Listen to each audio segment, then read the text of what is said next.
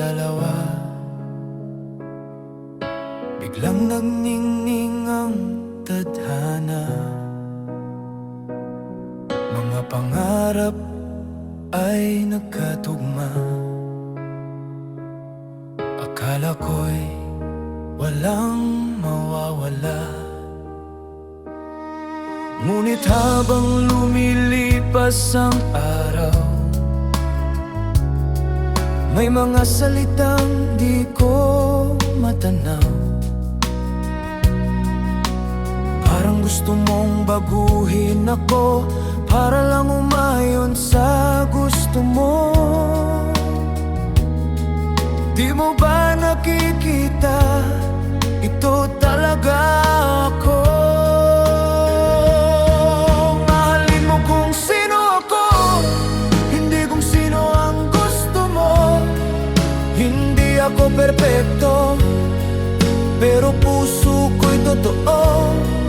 Kung ako'y pangarap mo lang sa mundong iyong ginawa, kung di mo tanggap ang aking pagkatao, mas mabuting palayain mo na ako.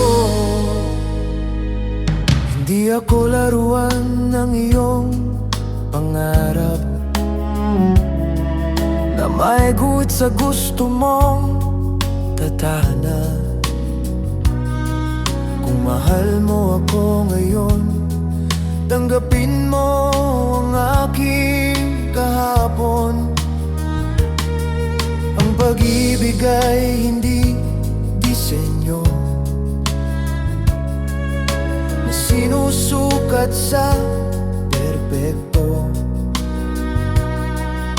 Dalawang pusong nagtatagpo sa totoo, hindi sa imahinasyon.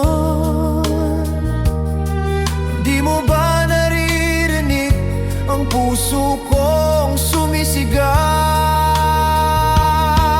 Mahalin mo kung sino ako, hindi kung sino ang gusto mo. Hindi ako perpekto, pero puso ko'y totoo. Kung ako'y pangarap mo lang sa mundong iyong ginawa, kung di mo tanggap ang aking pagkatao, mas mabuting palayain mo na ako.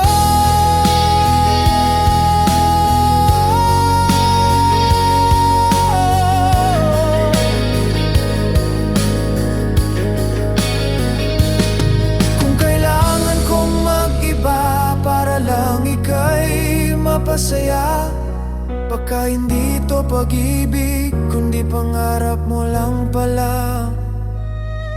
Mas mabuti pang magpaalam kaysa pilitin ang nararamdaman. Dahil ang tunay na pagmamahal tumatanggap ng kabiguan.